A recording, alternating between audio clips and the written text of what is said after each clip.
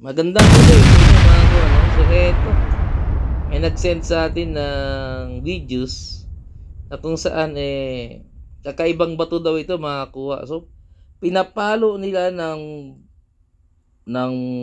bakal o bara yung bato at ito ay umaapoy ng kusa. Ayan, umuusok pa, no? Ang kakaiba pa nito makakuha, lalagyan nila ng pako ang bato at ito'y natutunaw niya. Pero itong bato makakuha ay namamagnet, no? So posibleng galing siya sa ibang planeta. So ito makakuha, alamin natin kung kailan ito nakuha, kailan ito bumagsak dito sa lupa natin at saan nanggaling. So ito makakuha, panoorin ng buong video at isa-isahin natin kung saan nga ba talaga galing ang bato na to at ano talaga itong bato. Bakit siya umaapoy at nakakatunaw ng pako. Eto, panoorin nyo. So, eto mga ko, nahulog daw yan noong February 15, 2024. Time ng pag-video nila is 3 PM, alas 3 ng hapon. At ito ay umaabot ng 15 kilo. No? Something. Ganyan mga ko, So, yan nga ba talaga ay meteorite? No? Kasi nakasulat yan, meteorite. O yan nga ba ay isang kakaibang bato lang? Pero, sa videos na susunod dito mga kuha, ay buuhin natin kung bakit nga ba niya yan natutunaw ang pako. Ito, tingnan natin itong bato na to na umaapoy. Yan, no? O, di ba? Umaapoy yan. Yan ang tinatawag na bulalakaw. Nanggaling pa yan sa ibang planeta. Ayan, kita nyo naman. So, ito pala yung tinatawag na bulalakaw na kapag bumagsak galing sa ibang planeta, ayan, umaapoy. Kita nyo naman yan. Di ba? Lakas ng apoy. Lakas ng usok. Kung titingnan mo parang hindi bato. Diba? Yan. Umaapoy siya. Yan. Galing pa tong planetang Jupiter siguro. Ito ay bumagsak dito sa amin. Ayan. Oh. Talaga naman kapag kinikis-kis sa bakal ay umaapoy. Grabe.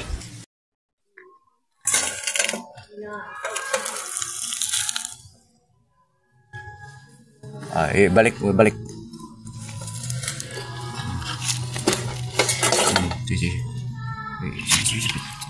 Tiba-tiba. Bisa pagkakataling kita pa.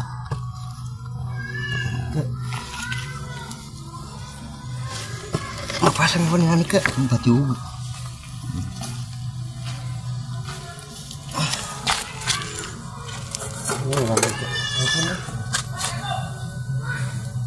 Sige. Sige.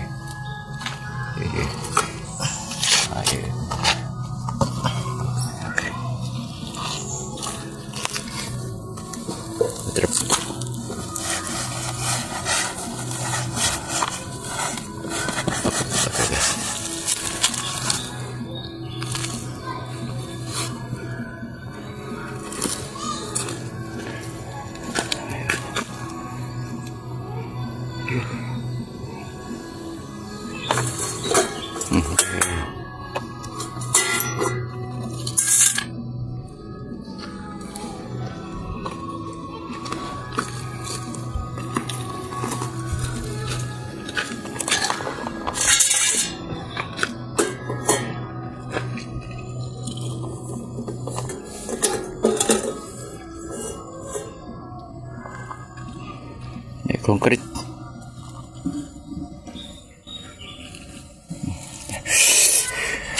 Ini batumpan.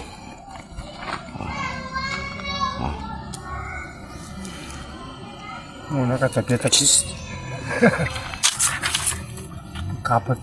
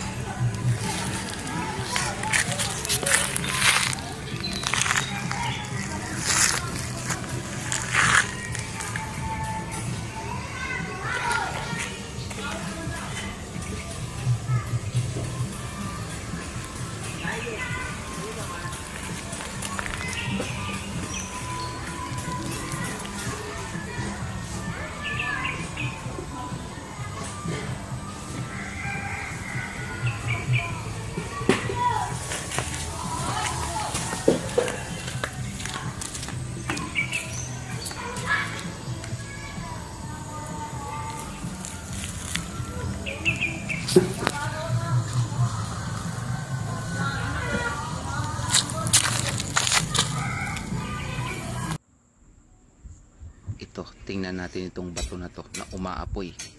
Ayan nga mga kuha, no? So, Diba?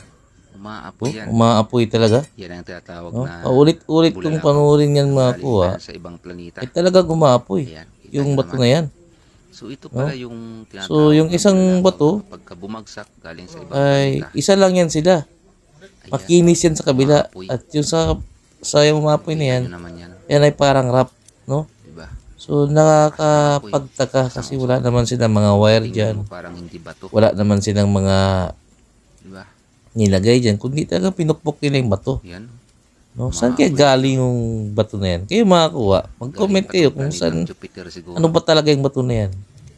No? Ito ay bumagsak Pero dito sa amin. nakuha nila yan noong Talaga naman. February. pagka No? February 2024. Ngayon lang. sa bakal eh, Bago lang.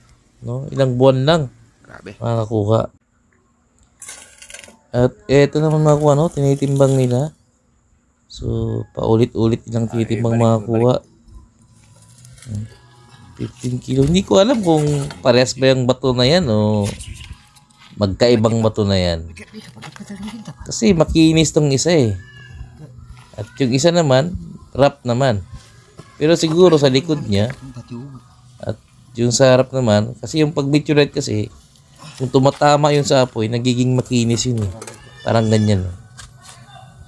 Siguro iisa lang siguro. Sige, sige. Makakuha. No? Nahahawakan naman niya. Pero siguro, may tela siya.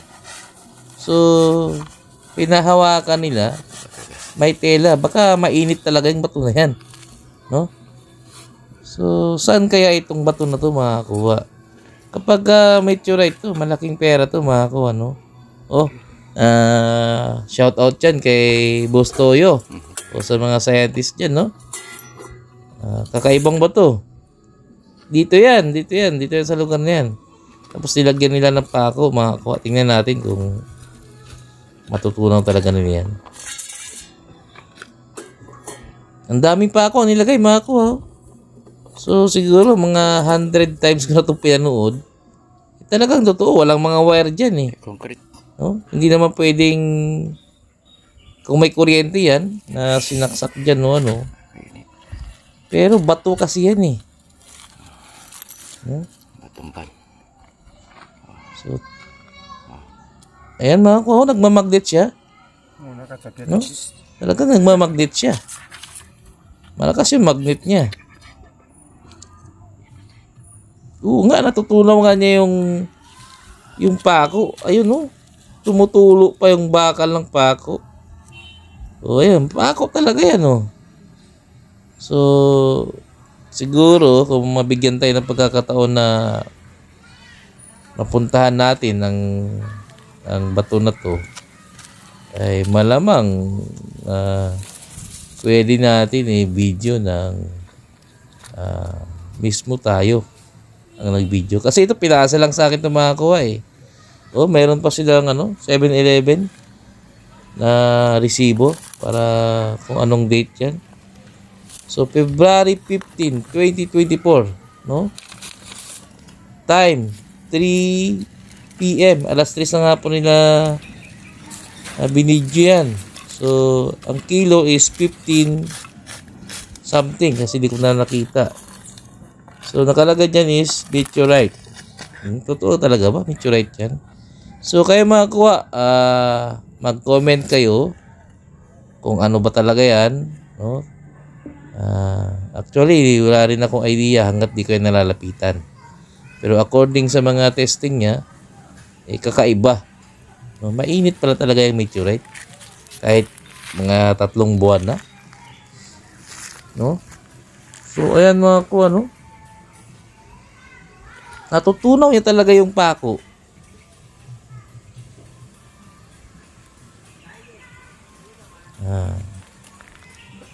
Napaka mystery ang bato na yan. So kailangan yan na siguro ma-check o may titingin na eksperto dyan, no? Sa mga ganyang bagay, na bato na nahuhulog dito sa ating daigdig, mga kakuha.